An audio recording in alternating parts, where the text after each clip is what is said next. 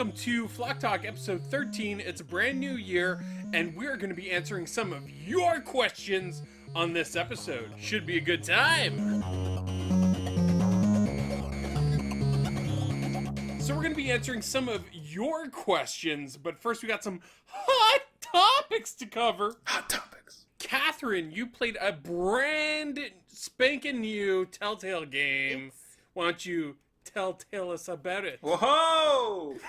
It's not brand spanking new. I think it came out a little while ago, but I'm playing the Guardians of the Galaxy Telltale game. I'm playing it because I needed a G for my CCABC. I'm so close, guys. If I finish Guardians of the Galaxy, then I just need an I and an X game, and I will have finished all of my CCABC backlog challenge. So the CCABC backlog challenge is you finishing a video game that starts with every letter of the alphabet in a year, right? In 1 year. It should be from your backlog, but sometimes we cheat, like we'll buy a game and then immediately call it on the backlog, right? And then play it. Well, if we owned it and we haven't played it yet, then it's the backlog. It's backlog. Chris disagrees. Yeah, that's all nonsense. Did you have? Does the letter just have to be in the name, or does it have to start? It has to start with it. No. Does the count? Oh, yeah. No. No. So, well, I mean, it has kind of like a sliding scale rule. Oh, yeah. Right? So you could call the legend, like Breath of the Wild, it could start with a B, or it could be Legend of Zelda, or it could be a Z game, Breath of the Wild. I think it could be all those things. Oh. I think Rocket might be pushing it. It's Rocket Sauce might be pushing it a little bit because he's calling Street Fighter 5 his V game because it's Street Fighter V. That's pushing it. It's pushing it, but I don't know who he thinks he is. I don't know who that guy thinks he is. He's the creator of Flock Talk. He's our executive producer. It's just a fun little challenge. I've only finished the first episode. There's, I think, 5 episodes, six chapters each. And I mean, this is going to be a little bit of a spoiler, but something crazy happens in the first episode of the Guardians of the Galaxy Telltale Are you going to spoil it? I wasn't going to. I think you should just spoil it because it's crazy. Okay. Come back in a minute. No, I'm just kidding. Well, I'll spoil it. They kill Thanos. They kill Thanos in the first episode of the Guardians of the Galaxy the Telltale first game. thing you do is you kill Thanos, and then you're like, the whole thing is trying to figure out, like, how it happened. Well, no, it happens. It just happens. Like that's your first mission. And then you're trying to figure out the whole first episodes. You're trying to figure out what to do with the body. Yeah, and it's kind of like how do they continue as Guardians of the Galaxy once the biggest threat to the galaxy is gone? Is it more comic based, or is it like strictly movie based? Like, that would seem to be giving away some things. Yeah, so I feel like maybe it's more its own story, its own lore, or maybe it's from the comics. I don't know, or I don't know if Thanos is totally dead. I don't know. I'm only 1 chapter in. So. That's what I said when she was playing. I was like, "Oh, that's not the real Thanos." And then it cut to a guy going, "Yep, this is the real Thanos, all right." Just like after a DNA scan and stuff.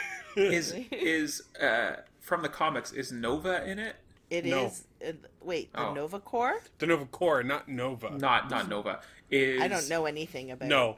Adam Warlock? No. Is Astro the talking dog in it? That's from Superman, isn't it? No. That's Super Dog, isn't it? I don't know. One of the characters in Guardians of the Galaxy is a talking Soviet dog. No, Okay. he's not in it. I've not the come ones across from the him yet. movies are Okay, so it's like it's movie based, but it seems to be completely off the rails, is what you're telling me. It's its own story, I think. It's trying to do its own thing. I'm not really sure. So you're familiar with Telltale games, and so one of the things that I'm kind of struggling with is like I always just end up making what I think are the morally correct choices, always the better choice in terms of morality, but also like because you're building relationships with all of the Guardians. For Rocket, you kind of have to massage his ego a little bit, and with Drax, you have to like make him feel like everything he's done is like a very honorable thing, and with Groot, he needs sunlight and water. Yeah, okay. Dumb joke. I'm cutting that joke. I'm just Womp kidding. womp womp. And then like Gamora, I don't know what the relationship with Gamora is going to be. So anyway, so I find like it is interesting in that sense. And then I try to play Peter Quill as kind of like comedic, like the way I see him in the films, right? So sometimes I try to like pick the serious answer, but sometimes I also want to pick the kind of funny, quippy answer. But I'm trying to balance it. Could you play it like against type? Like, could you make Rocket like a very like sincere, loving raccoon? You only control Peter Quill. Oh, okay.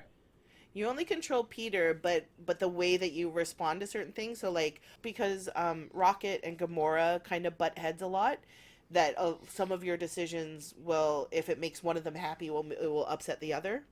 You're kind of left with these decisions where it's like, am I gonna? You got to side with somebody, and Yeah. whoever you side with is gonna like you, and whoever you don't side with is gonna have an issue with you. Yeah, but I also think that there's opportunities to like from that point to then try to Salvage. mend a little bit of the relationship. So I mean, for just a point and click kind of,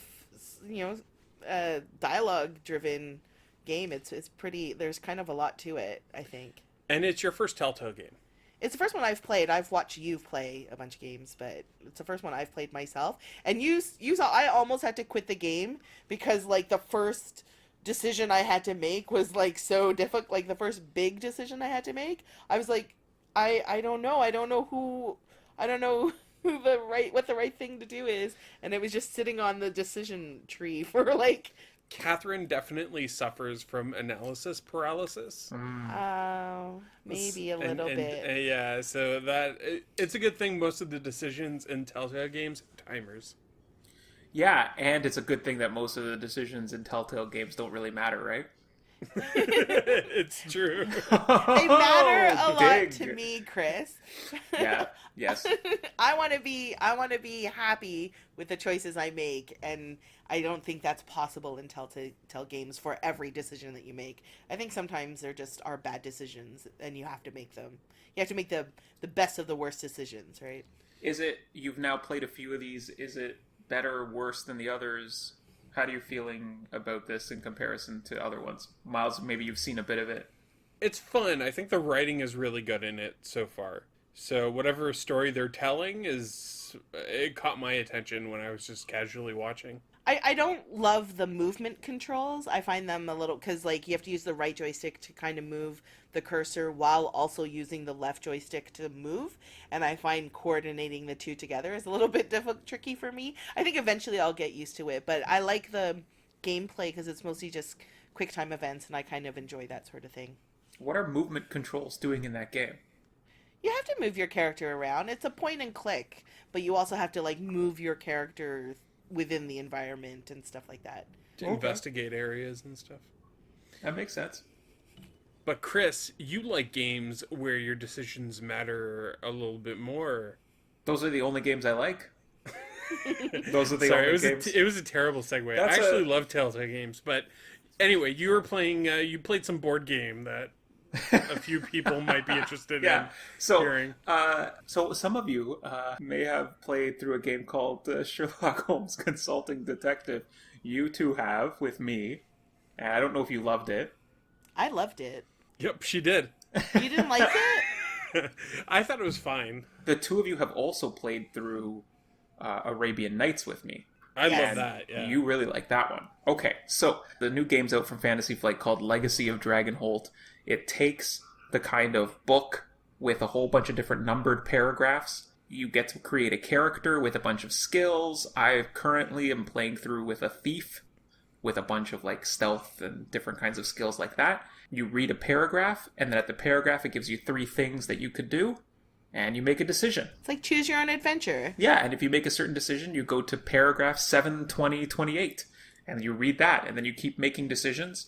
Certain decisions are only available to you if you have the skill. Oh, cool. Like pickpocketing and stuff Yeah, like like that. if there's a chest that needs opening and you can do it with thievery, it'll let you do it with thievery. Otherwise, you got to figure out some other way or not do it. And you can do it as a solo experience. Oh, is that how you've been playing, Chris? I made one character, and I've just been going through. I went through the first one yesterday, and you know what? I remember it, so there's that. With Arabian Nights, I tend to not remember what happens to anybody sitting around the table except myself, and then by Right. the end of the game, I don't really remember what happened at the beginning. But with this game, I can kind of remember every decision I made as I went along, and I can kind of remember the story from the beginning to the end, which an hour-long choose-your-own adventure kind of game is not. For the first mission to be memorable is pretty good. It actually sounds a lot like the Telltale game. Yeah. Yeah. Have you approached your wife into joining you to play this game? No, like, I'm done. Like, this seems to be a solo experience. She tends not to enjoy these kinds of story-driven games like this, so I have avoided asking her to play with me, and I am just doing it by myself, which, not bad, because I can just read quietly by myself. I don't have to read anything out loud. It really is, like, it sounds to me just like a book, like a more interactive book. Yeah, so far, a few things of my character have come into play, and there's a deck of items. Each item has a letter on the back of it, so it'll be like, get item B out of the deck. And so you get item B out, and now it's accompanying your character sheet. And you get XP, and there's I just hit the town, and the town has the biggest book of the entire adventure series. Apparently you can do a whole bunch of things in the town. It sounds kind of interesting, and I like how Dungeons and Dragons kind of always pushes the envelope and tries to do something different. I remember when DVDs just came out, there was an interactive Dungeons and Dragons DVD that you could get, and it ran just like a Telltale game. Like, you would use your DVD remote to choose options, and then it would show you a clip as to, this is what you do, this is what option. Kind of like interactive menus or something. Yeah, in it? exactly. Like, yeah. And it just skips to a particular chapter and stuff. Oh, that's cool. Right, like with this game, it is like when you can fight, it'll give you the combat option, but there's nothing really outside of like dueling. You attack him and then read another paragraph, which is kind of as much as I like Dungeons and Dragons combat. I don't like that everyone sit around for an hour and all take hits at a flying thing or the big dragon. Like, I don't really like that. That's not really my favorite part about Dungeons and Dragons. So yeah, it's the creation of the story. Right.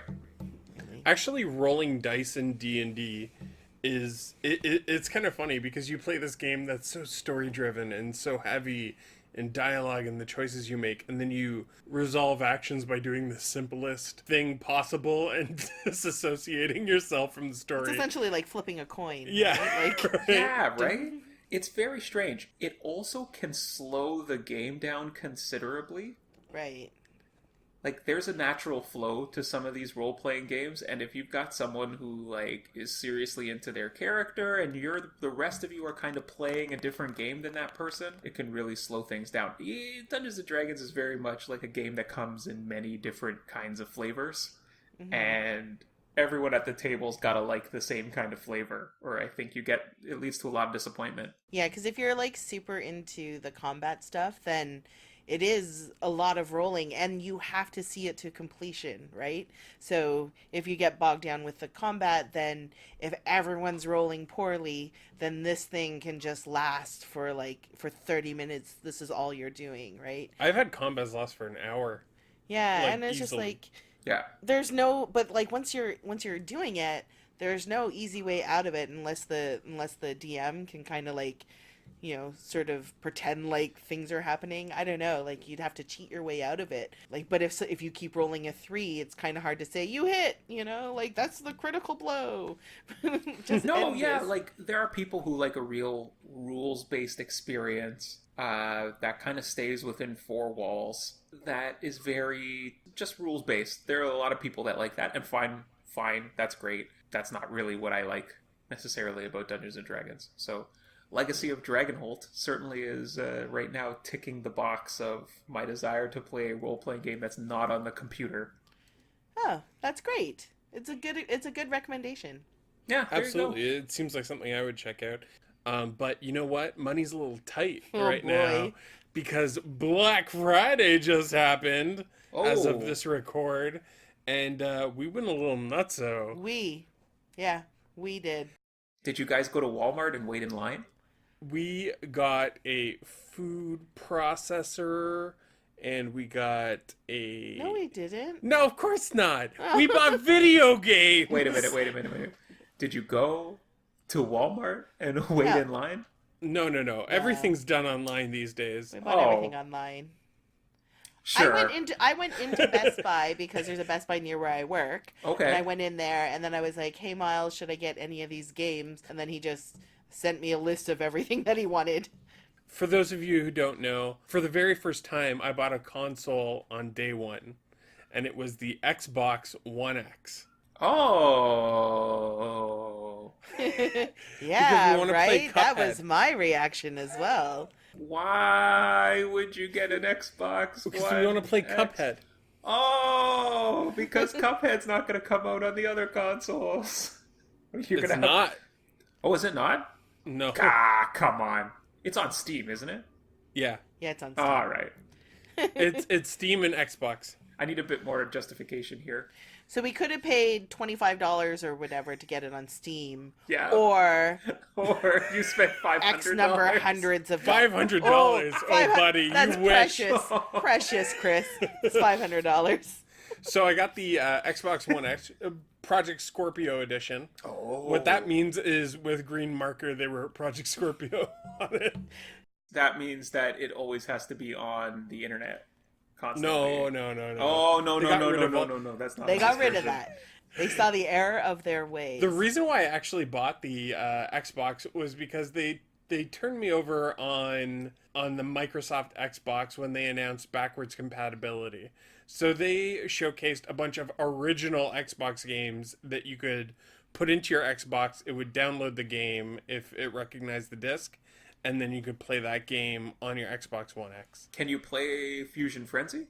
Yep. Yes, you can. That was which one is- of the first games that they did backwards compatibility with. And that's the game that Miles was like, okay, well then now I can get rid of our Xbox or Xbox 360 and just play everything off of our Xbox because of the Xbox One because we don't play a ton of Microsoft games, so Fusion Frenzy is our Right. favorite thing. You guys don't love Flight Simulator?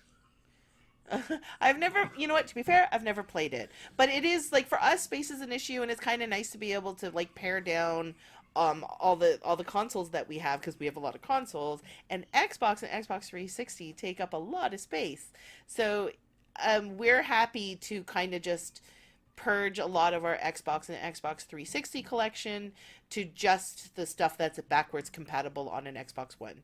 And then as they add more, we can start growing the collection again. If we want since the Project Scorpio Xbox One X is great with the 4K TV, we had to get a 4K TV as well.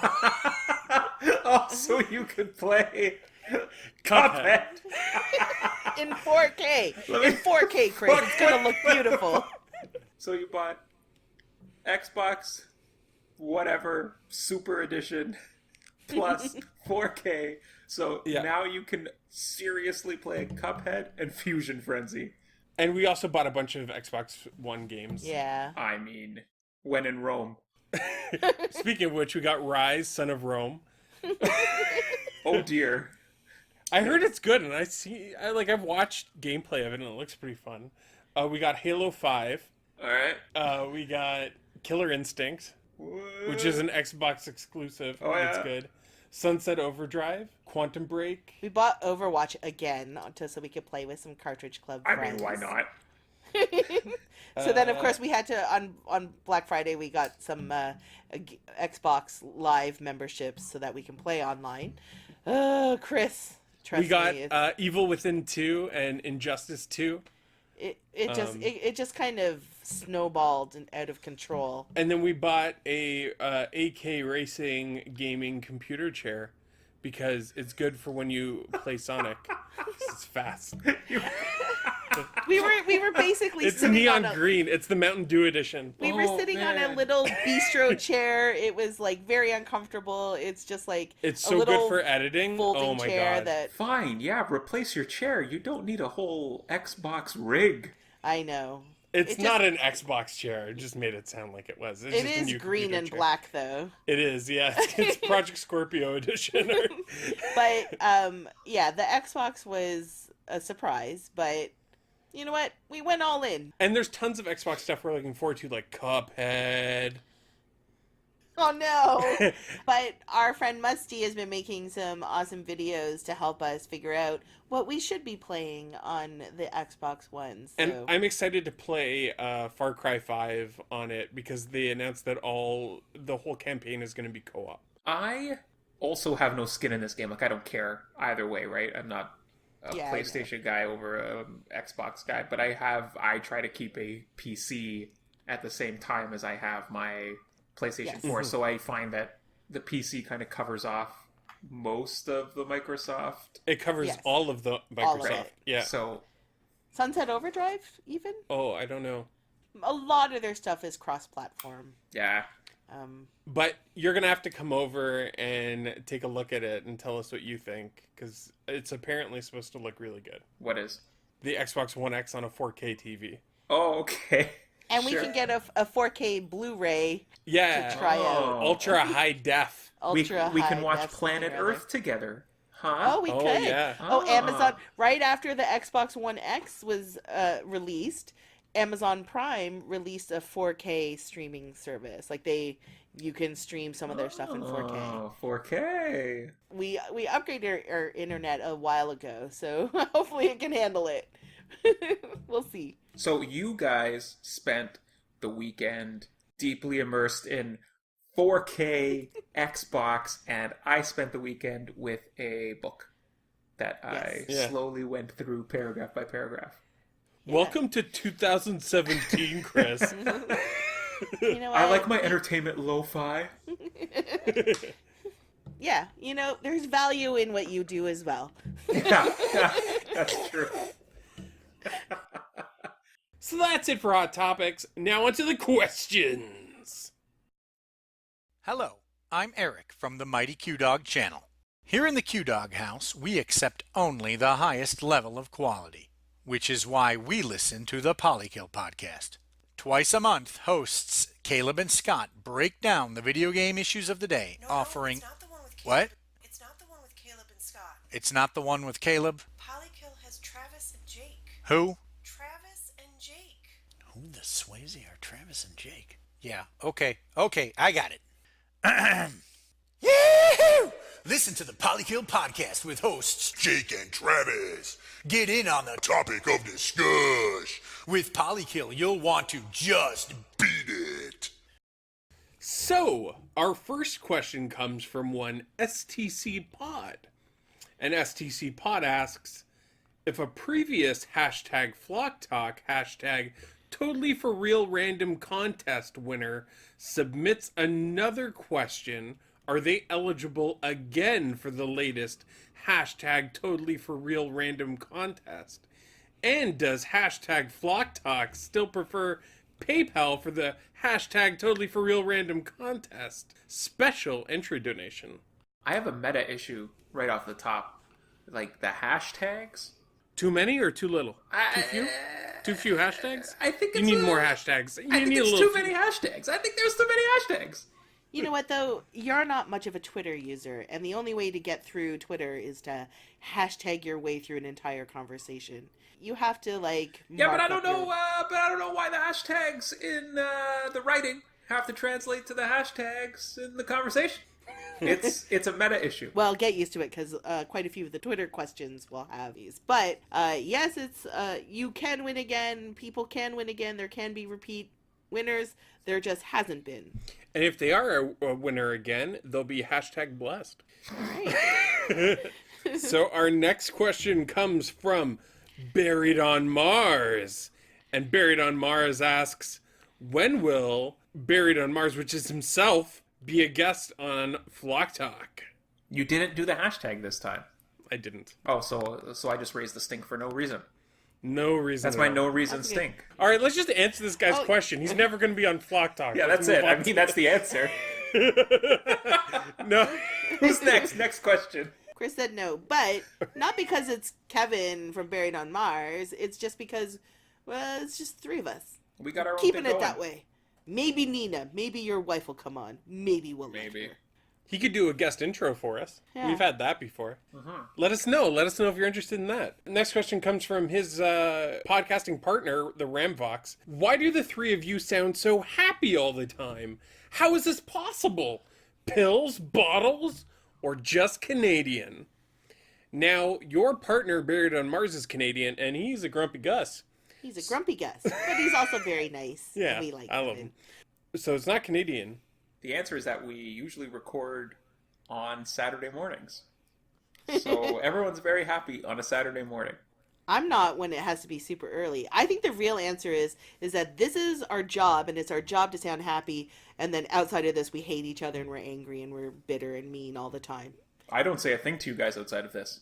Yeah, for an hour, hour and a half, because let's be honest, this isn't a perfect show. It's not a perfect record. We're cheery and friendly. Outside of this, whatever. Chris only talks to us because he's contractually obligated. Oh, Without that contract, this would never happen. it's mostly passive aggressive emails back and forth. Do you Ooh. think that we can talk about this week? Yeah. Do you? Do you? Maybe Do lay you? off the booze this time. It's Saturday morning. Jeez. All right, next question. We're trucking along. We have some Facebook questions, too. Oh yeah, I reached out to Facebook, and it's much better than Twitter. Hey, whoa, hey now, come on. Nah, What gives? It is. It's just different. There's a completely different audience on Facebook. It was very eye-opening. So this one comes from Anthony. What's the best-selling video game console of all time? Chris, I'm going to ask you this question because He gave us a trivia question. Yeah, this one actually has an answer, and Kathryn and I both know the answer because we looked it up. But if you had to take a random guess, You know what, would though? you say? I'm going to give Myles credit because he knew the answer without looking it up. But then he Okay. looked it up to make sure. I'd say PlayStation 2. You nailed ding, it! ding, ding, ding. You Yeah. win. Nothing. Nothing. now- There's no prize for this. Now here's something. Don't come at us with trivia, or you're gonna get shot down. No. Don't say that because then we're going to get trivia questions. But the thing is, they can ask us questions. We answer them on the podcast. They're not asking us live. We've got plenty of time to look this stuff up. True enough. But I am going to give Myles credit. He knew the answer to that without look. And you did too, because you didn't look it up. I don't. Wait. I don't prepare. I don't prepare for this. Trust us, Chris. We know. We know. Chris, for bonus points, how many units have sold of the PlayStation 2? Roughly. Oh, it's 6.8 Yep. million. 6.8 units of the PlayStation 2. It's something like 150 or something. 155 million. Wow. That's a lot. That's a lot of PS2s. I don't even own that many games. Soon, though. Soon. Cannot Be Tamed from the YouTube channel Cannot Be Tamed asks us, what console has the best overall library of games? I say PS4, I think. That's just our console of choice. So that's the one that I'm partial to, and it's 100% like me just liking the PS4. But I think the Wii had some pretty good games on it too. I didn't play a lot of like retro games, like retro consoles, right? So How about the Commodore? they didn't have great games. The truth comes out. They had games that I absolutely loved, but I wouldn't say like it's the best library of all time for games. For me it's the PS4. It's probably different for you guys. Chris, what do you think? Super Nintendo. Yeah, I knew you were going to say that. That's the answer. That's an objective answer. You know, Hey! my first pick was going to be PS4, you took it. My second pick was going to be Super Nintendo. Chris took it. I think I could go with the controversial pick, Virtual Boy. I think that thing has... I mean, if you're going to only have 11 games for your console, Make you them could top do worse. tier. Make you them could top do tier. worse, is all I'm saying. You know what? If there was ever a chance a console was ever going to use red and black effectively, it was the Virtual Boy. All right. Moving on, guys. Wait, but what was your actual pick? Okay, I'm going to go with PS4 because I feel like they do a pretty good job of putting some old games on that library as well as the new ones. Their and exclusives are really good though. they're tight. Right. And also we benefit, also we purged a lot of our collection, and so we've seen our curated collection, and the one that we could not really pare down to any extent was the PS4 collection. It's just one where we like all the games that we have for it. Like, and the only there's thing a I got, bunch that we haven't played yet that we want to play. So the only game that I could force myself to get rid of was Just Cause 3 and Marvel vs. Capcom Infinite, because that was terrible. That was a terrible experience. All right, let's go to the next question. You guys can answer it correctly. hey, Hey, whoa, this guy's swinging. The next question from Happy Beard Games. I know Flock of Nerds loves games and movies, and you reference movies a lot in your game videos, but what are your thoughts on the Rampage movie? okay, so Miles and I meant to watch a trailer and then we totally forgot. Do you know about this? They're making a movie from Rampage? Yeah, but why? Because The Rock is... The Rock? Wanted it, I guess. The Rock's in it. The Rock? Can we talk about how I would love to eat, like, that much cod? What? The Rock eats a lot of cod, guys. Have you ever looked up The Rock's, like... Okay, this is not answering the question. This is The man not a loves question. pizza. It's The not a Rock eats question. a lot of no. pizzas. There's no way he eats pizza. He eats baked or boiled cod. Steamed And- cod. Steamed That's all cod. he eats? Poached Yeah. cod. The man hasn't had candy since, like, 1989. No, The Rock eats pizzas. You haven't seen He that? doesn't eat pizza. He does eat pizzas. This is nonsense. I promise you The Rock eats pizzas. You don't get to be that jacked eating pizza. Brett Ratner sent The Rock 10 pizzas, and The Rock ate them all. Brett Ratner. He wanted the job. Whoa. I don't think it was Brett Ratner. Yeah. Why is I that think name that's- stuck in my head? I don't know, but I think I know why. he's no good. He's a no good Nick. Oh, whoever did the G.I. Joe movie was working with The Rock, and as a gift on the day that it came out, he ordered 10 pizzas to The Rock's place to celebrate, and The Rock ate all 10 pizzas. This has nothing to True do story. about whether or not we think the Rampage movie is a good or bad idea or looks good. Kathryn, or this bad. has everything to do with Yeah. it. This is basically this right now is more entertaining than the Rampage movie. Okay. Yeah, you probably have a point there. I don't know. Like, so I didn't see any trailer or anything like that, so I don't know what it looks like. I don't know what it's trying to look like, if it's going to be cartoonish or if it's going to be kind of like Godzilla-like movies where it's like serious giant monsters destroying towns. No. It's just some guy. It's just some guy with too much money, and one of his stupid friends was like, "Hey man, we gotta make a movie of those Rampage rights you own, or else we're gonna lose the rights." And then they were like, "Can we get The Rock?" And The Rock was like, "Yeah, I'll do anything." And then Who that is he was playing? it. Is he the monkey or is he like So this is what he I playing think. a human in it? The I think- humans get trampled. It's true, but I think this is going to be more like Big Man Japan. Oh, because they become they're humans and then they become the monsters, Yeah. right? So I Ah. think The Rock is gonna get enlarged as big as buildings, and The Rock is gonna give rock bottoms to the wolf and the Godzilla. Oh, you think he's like going to be a hero? He's not like a little person that becomes the gorilla? 100% The Rock is gorilla? the hero in this movie. I don't know. Okay, maybe he's a scientist. They cast two people, The Rock and Udo Kier. Okay, Udo Who's Kier gonna is- be the hero? Who's the scientist? I think we could make this into a regular feature. Chris, Miles, and Kathryn talk about movies they have A, no interest in seeing, B, haven't seen the trailer, D, know one thing about, and C, skip. Did you say C twice? No, I went A, B, D, and then I went back to C. Can't forget E, related to COD. Guys, this is going off the rails. Let's get this back on track. We should choose another question. Great segue. This one comes from VG Collectaholic.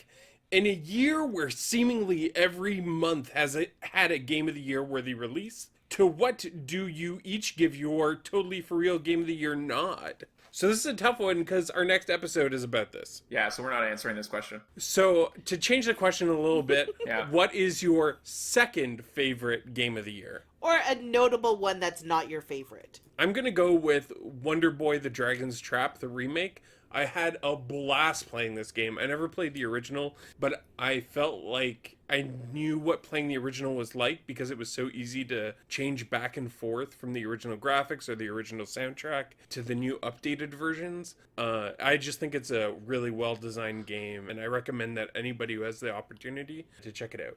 I am going to say Yonder, the Cloudcatcher Chronicles. It started from when we were going to be guests on Polykill.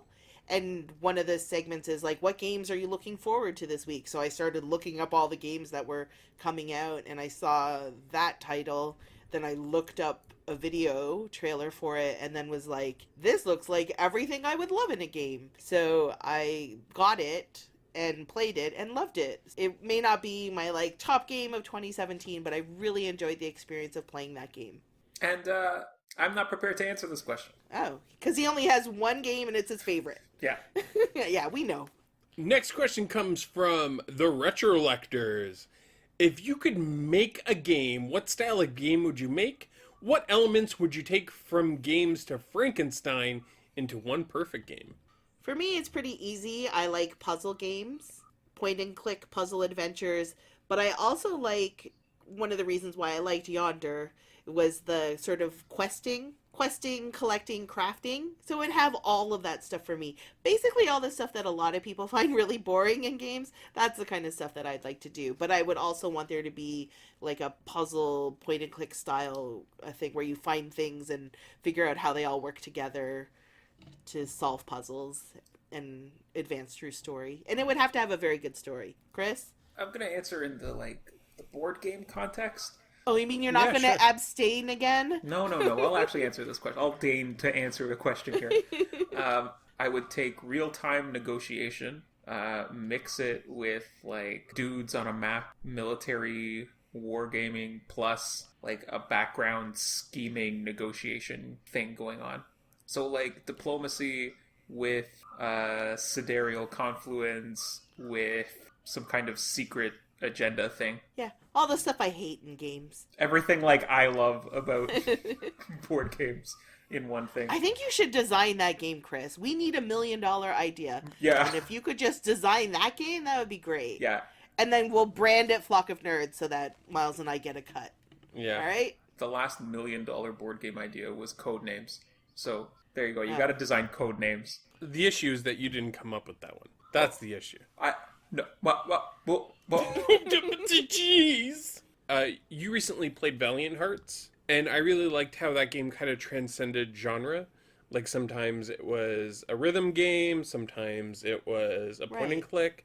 So I would like to do something like that. And a story that I really liked but hated the gameplay this year was Too Dark, where you were this rogue detective and you were trying to find people who were kidnapping children, but the gameplay was awful. So I would like to play as that rogue detective doing that, but maybe the gameplay be a little bit more like Valiant Hearts. I don't think it's fair to say the gameplay was awful in that game. You don't like stealth. And that game was a very particular type of stealth game. It's not that you don't like stealth. You definitely do play stealth when it's... but you don't like a game that's 100% stealth. Mm-hmm. Right? So you would remove that aspect, but keep other stuff and infuse it with mechanics that you actually like. Yeah, exactly. Yeah, that's what I'm supposed to do, right? Yeah. That's all right, the question. So you've answered the question. Moving on. And the question that came in at the buzzer today, it comes from Tony, MTG Lion. What game did you like the least when you were a kid that you love playing now? For me, I would have to say Mega Man 2. When I was a kid, I always felt like that game was impossible. I couldn't beat it at all. And my recent attempts, I feel like I made a lot more progress than I thought was possible. So I gotta go with that. There is no game that I hated when I was a kid and love playing and beating now. Yeah, kind of everything I hated when I was a kid, I still kind of hate.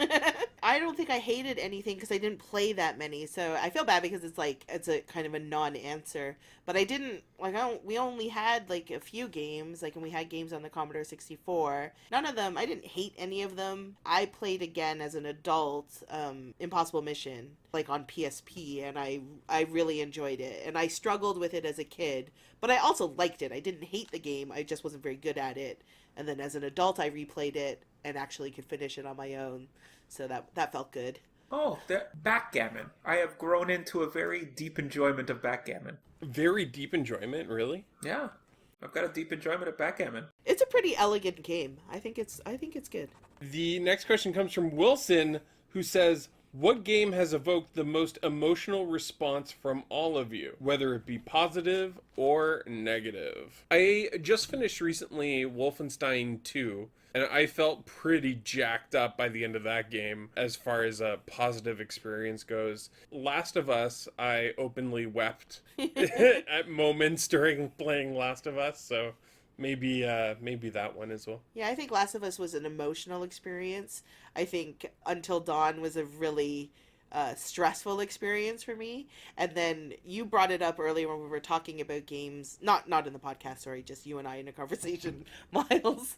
But you talk about us playing Nickelodeon Guts, and I really, really struggled with the controls, and I was getting super, super angry at the game and at Myles. And so that one was like a pretty frustrating game for me.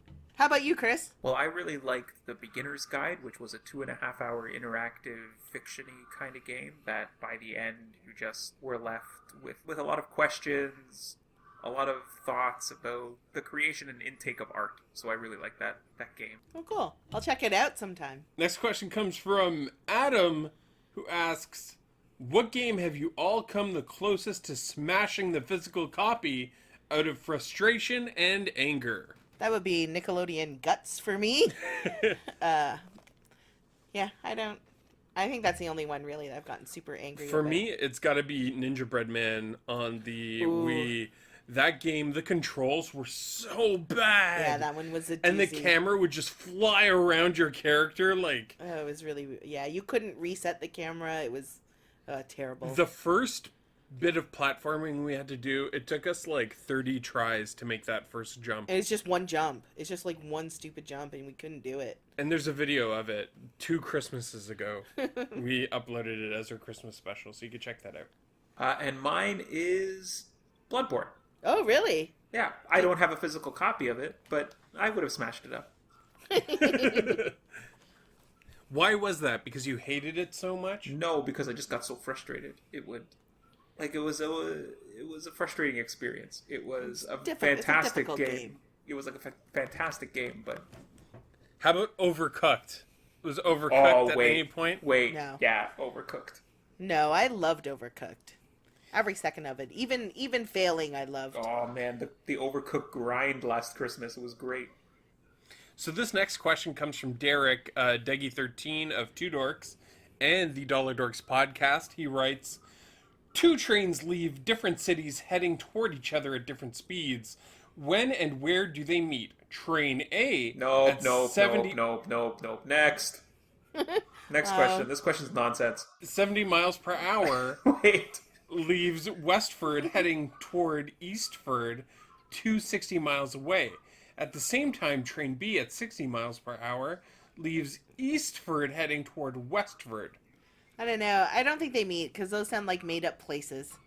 It's a trick question. It's actually pretty easy because train A is only going 10 miles an hour faster than train B.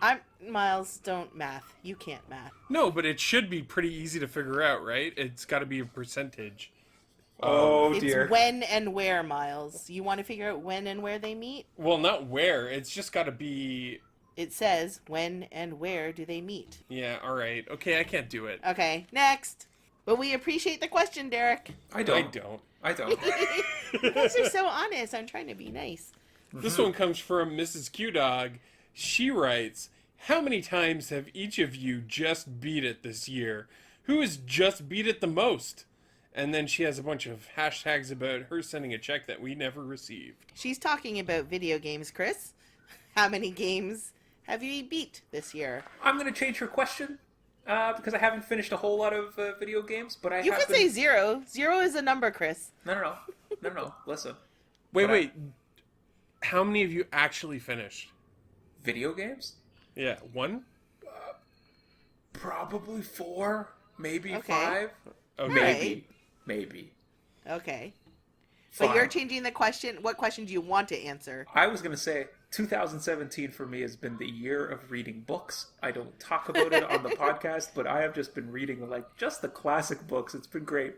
And I must have finished maybe 10 or 12 like pretty dense books on my commute in the morning and in the afternoon. So All right. It's Okay, just you been- change so- you change it to books. That's So you fine. just read it. Yeah, you just read it.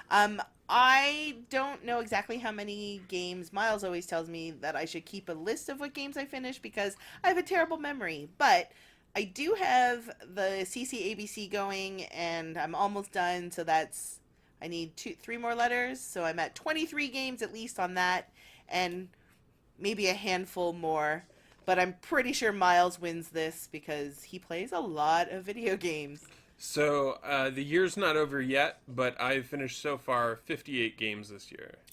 Whoa! Yeah, he's a bit of a madman.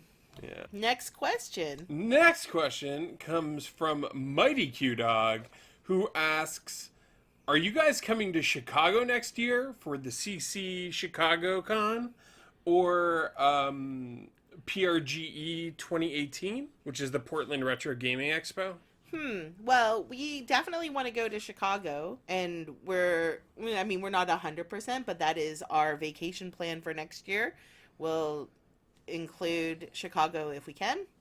But after we get this 4K TV, who knows? Yeah, we may never leave the place again. But it's at the end of July. I know, Chris, you said maybe you would come, so like maybe we can convince you to come to Chicago. We heard there's some books there. Yeah. Oh. They have a beautiful library, is what I They hear. also have deep dish books. Deep You've dish been books. there. You've been to Chicago already. I Miles have and I been have to not. Chicago.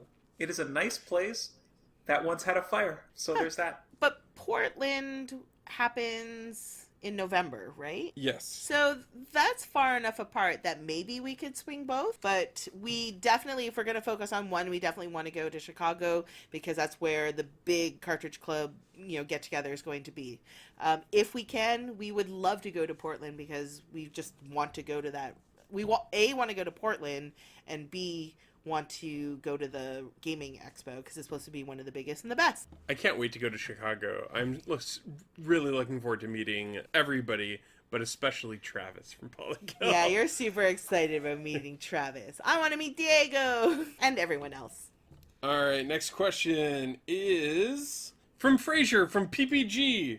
He writes, "What's your idea of a perfect game? Is it anything like the Perfect Circle? Chris, is it unattainable?" Yeah, there's just games give you so many different things. Each one gives you a little bit something different. I think the perfect gaming experience would be one that I can enjoy with others, and B, maybe has something in it like a very good story, or I don't know. It's kind of hard to. I don't know. I think you're right. I think it's a philosophy question. Is there such a thing? And probably not. But for me, I would want something that I could either enjoy with other people or enjoy on my own for its achievements in storytelling and stuff like that. Yeah, I got to agree. Like, I feel like you could make a perfect game in any genre. Like, I think that you could play a perfect driving game. I feel like you could play a perfect beat 'em up or a perfect point and click. What I want from those games is for the controls to be intuitive, for the story to be surprising, and for the experience to be memorable and to stay with me from the time I finish playing it until the day I die. Okay, there we go. Or Next, yeah, or the day your mind turns to moosh. to moosh. Moosh mind. Speaking of moosh mind, next question comes from Steve. Hey!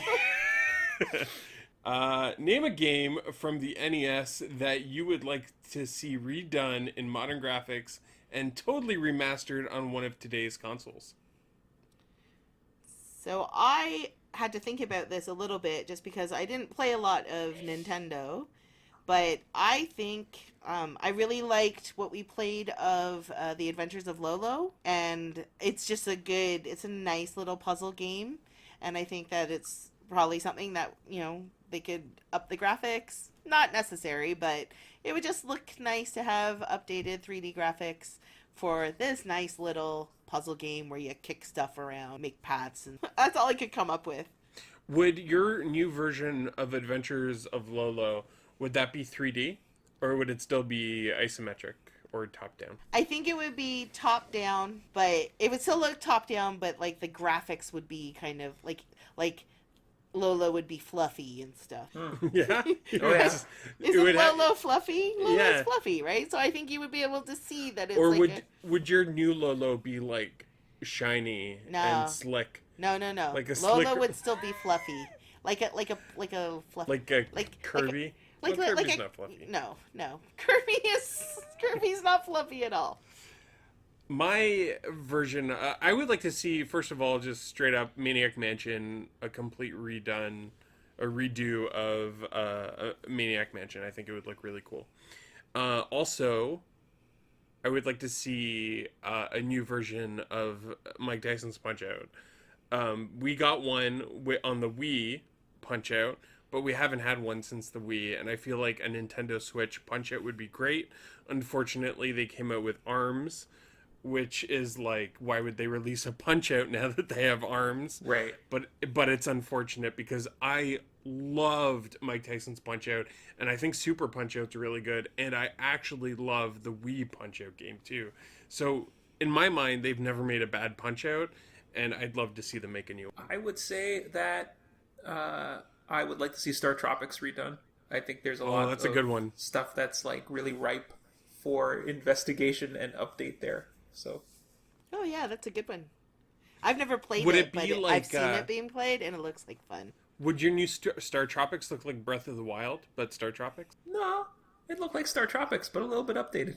Would it still be like 16-bit Oh Why wait, do you want us to but, like, completely change this? or Breath of 8-bit? the or- Wild, like, but you get to like travel around in a little submarine to places. I don't know. Who knows?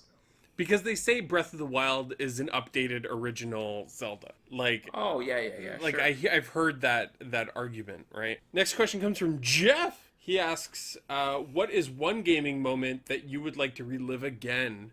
This is a question that was asked to us last week. Yeah, and my answer is still the same. It would be I think for If you could relive that question again right now, would you answer it the same way? I think it's for me. It's still The Last of Us. I would like to. I mean, as emotional and sad as that game is, I just loved playing through that story, and I'd like to do that with fresh eyes. Yeah, I had a really good time playing Bust a Groove, and I would love to have a similar experience with a new rhythm game, kind of like Bust a Groove, where my character's dancing around. And my answer remains the same. Which was, I forget. Yeah, me too. Oh, Mario 3. Mario right? Because 3. you want to be a kid again. And, Yeah, that's right. Our next question comes from Ryan, who asks, will VR be a big part of gaming in our lifetime? If Ready Player One is a sign, then yes. If the Oh, like Virtual that Boy kind is a of- sign, then no. That kind of part of our Our life? yeah. Part of our gaming. Part of our gaming. I think that price point is still a major roadblock for that. It's not really accessible for that kind of. It's not really accessible. But if the technology keeps advancing such that they can make an affordable VR system, I think there's a lot of value to it. Yeah, I guess part of the problem right now is that they're all fighting over a very small amount of space, and no one's emerged as the leader, and it kind of needs a one track to really take off. I think until you see one track emerge as the track where developers can put all of their time and energy behind and know that they have a built-in audience, until that happens, it's going to be niche, and right now it's niche. Yeah, I think you're right. Yeah. I think that it's similar to when this is going to be a weird analogy, but when videos were beginning to be pirated, like movies and songs and stuff, and a bunch of different video services came out in competition of Blockbuster, and they would send you DVDs in the mail, and one of these services was Netflix. Right. And until Netflix got into streaming and became the brand name for streaming videos, that didn't really take off until there was a very stable company in charge of it. And I think that's similar to VR, like Chris is saying.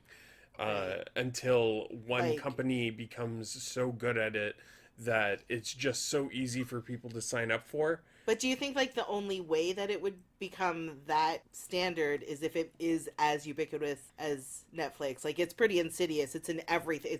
It comes installed on your TVs now. So would it have to be that in your face? Like it would just have to be there going, "Oh, you know what? It's here. I might as well try it. I might as well, I mean, like there's a point at which it reaches like a critical mass in the same way that, say, the Nintendo Entertainment System reached a critical mass of people, and then Nintendo becomes the only thing for a little while. But like up to that point, there's 10 different video game consoles you can buy, and it needed like an emerging video game Right. console to kind of take over and say like, this is what video gaming is now. Yeah. That's kind of what VR needs, and yeah. there's nothing in this space right now that's going to do that in the foreseeable future. Next question comes from Jonathan. Ultimo John asks, what was your most memorable gaming moment?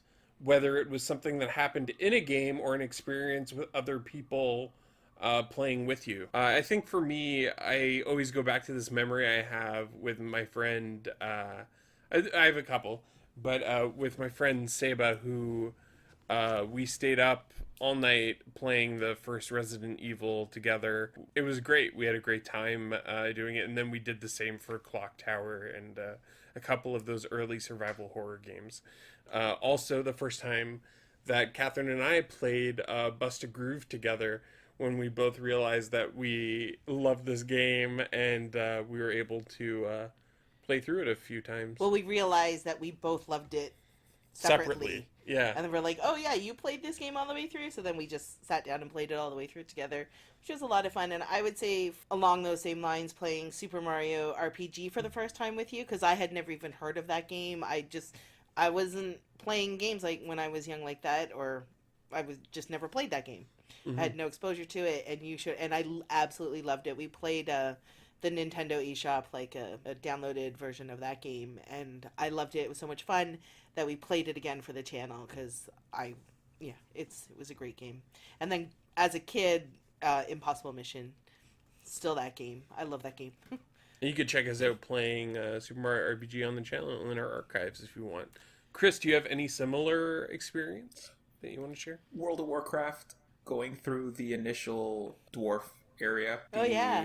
I don't remember, and then going through the entire area, and then going up to go into the main dwarf city. I don't remember the name of it now, Ironforge. Ironforge. Going up into Ironforge, that whole the opening area was so well designed that I would just play it over and over again until I finally got like a character on the rails and going. But Yeah. I didn't know you were a dwarf as well. yeah, Dwarf? yeah, I was a dwarf warrior for a long time. That was trips down memory lane. Is there anything about that dwarf warrior character that's still with you to this day? So I was in charge of a big, well, not in charge. I was one of the leaders of a raiding guild in World of Warcraft, and that taught me a lot about people. Taught me a lot about how people can be real pains in the ass. So yeah, I definitely take some of those World of Warcraft lessons forward with me They're into the transferable. future. Yeah. Last question All right, we did it. Last question. is from Alvaro, and it's a deep question. I know a lot of people are talking about this right now, but his question is, are video games in a better place now than any time in the past? So, like, where video games are now, is it better than it's ever been? I think it's in a pretty bad space right now, actually. I think there's a lot of things that are happening. I'll be the negative one, then you guys can be the positive end. Because I think you guys will probably say super positive things, whereas I may, in this question, tend towards the negative. I think it's in a bad place right now.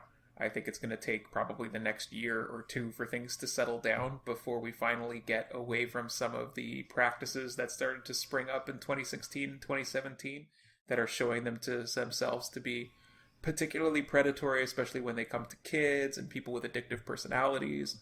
I think we've really gotten away from the idea that a game costs X and then stops costing us money, and I think that's a bad trend. I would like more finished games. I would like more games that don't expect to just be slot machines over and over again. Right. So indie gaming is definitely in a good space, but even then, it's becoming harder and harder to get your stuff seen on Steam, get your stuff seen on these various marketplaces because it's just so filled with garbage. There's a lot of work that need to be done by the companies that make AAA gaming, and there's a lot of work that needs to be done by the spaces that host kind of the games that are smaller but are being drowned out by a lot of loud noise. I can see that. Like, I totally agree with you, especially in light of the Battlefront stuff that happened, like the EA Battlefront stuff. But I do think that I like this shift to, and I don't know if it's a real shift, but like really focusing on storytelling. I talk about it a lot, but for me, because I'm not the greatest gamer, if there's something else that can get me hooked on a game, then that's something that I'm really looking forward to. And I feel like in general, the AAA games, a lot of them have put a more focus in storytelling than they probably have in the past, right? It's not just about, the actions and what you're doing. It is building a narrative around what you're doing so you become more connected and involved with it. But I see your point for sure. We're at a crossroads. And I think that if we let these companies get away with these predatory practices, things could go south quick. I think that there is a lot of pushback this time in particular from governments. Like Hawaii just said that they're looking into it or creating a task force to fight these predatory practices. So I think that we really are at a crossroads, and I don't know if we're gonna walk into a positive timeline or the darkest timeline. Only time will tell. I don't know. Is government intervention really ideal, though? I don't know.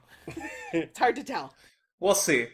We Yeah. get tons of games that are great and they have no DLC. Like, these games still exist, but they're becoming fewer, and that's scary. But this is the problem, right? If you don't want the government to intervene in the video game space, then like video games intersect with children, video game intersect with like adults, young adults, teens.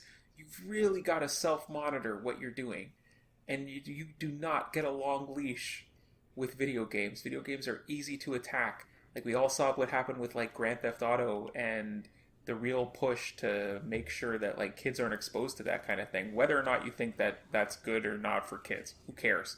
It's at some point, if you put gambling into your games, then and you make the kids like pay money for the gambling, at some point the games industry is going to start getting looked at real hard, and it's not even going to matter if it's a good thing or not. It's just like letting greed get ahead and kind of possibly ruining it for everybody. Very Well said. I don't know. I could have said it better. So that's it for questions. Thank you all so much for asking those questions, but only one of you could win this this amazing loot box that we have for you. Yeah. And you don't even have to pay real money for it. So we did a completely random draw, and the winner is Kathryn. I won it! No, tell us who won. And the winner of our final big 1-year extravaganza prize loot box is Mighty Q Dog. Woo! Thank you so much for asking a question. Thanks for being a listener. We have a bunch of stuff for you. A lot of the stuff we showed off in pictures, but there's going to be a couple surprises in there as well. And send us your address, and we'll get that shipped off to you ASAP. All right, that's our episode for this month. But we have a couple of plugs to share. You can still pick up our t-shirts and tote bags and a bunch of other stuff on TeePublic. Also, Kathryn was on Media Mavens, and you can check out that episode on the Media Mavens channel in the network, the Cartridge Club Network. Yeah, that was a lot of fun. Actually, Chris, you might enjoy it because Pam actually talks about some of her WoW guild stuff that she learned and had to deal with as well. She was often roped into being sort of like one of the guild officers, and also probably learned a few lessons from that as well. And finally, we're going to be doing an Extra Life charity stream on December 10th from 10 a.m. to noon. Yeah, it's part of the Cartridge Club's Extra Life 50-hour live stream. It's going from December 8th to 10th, I guess, and we're Mhm. one of the last slots. So if you want to come check us out, we will be playing. We haven't decided what games or what system even we're going to be I playing, think but didn't we nail down the Wii U? oh, possibly the Wii U because then we could play Wii and Wii U games, but we'll yeah, we don't know which games though. Thank you all so much for listening, and take care, everybody. Have a good one.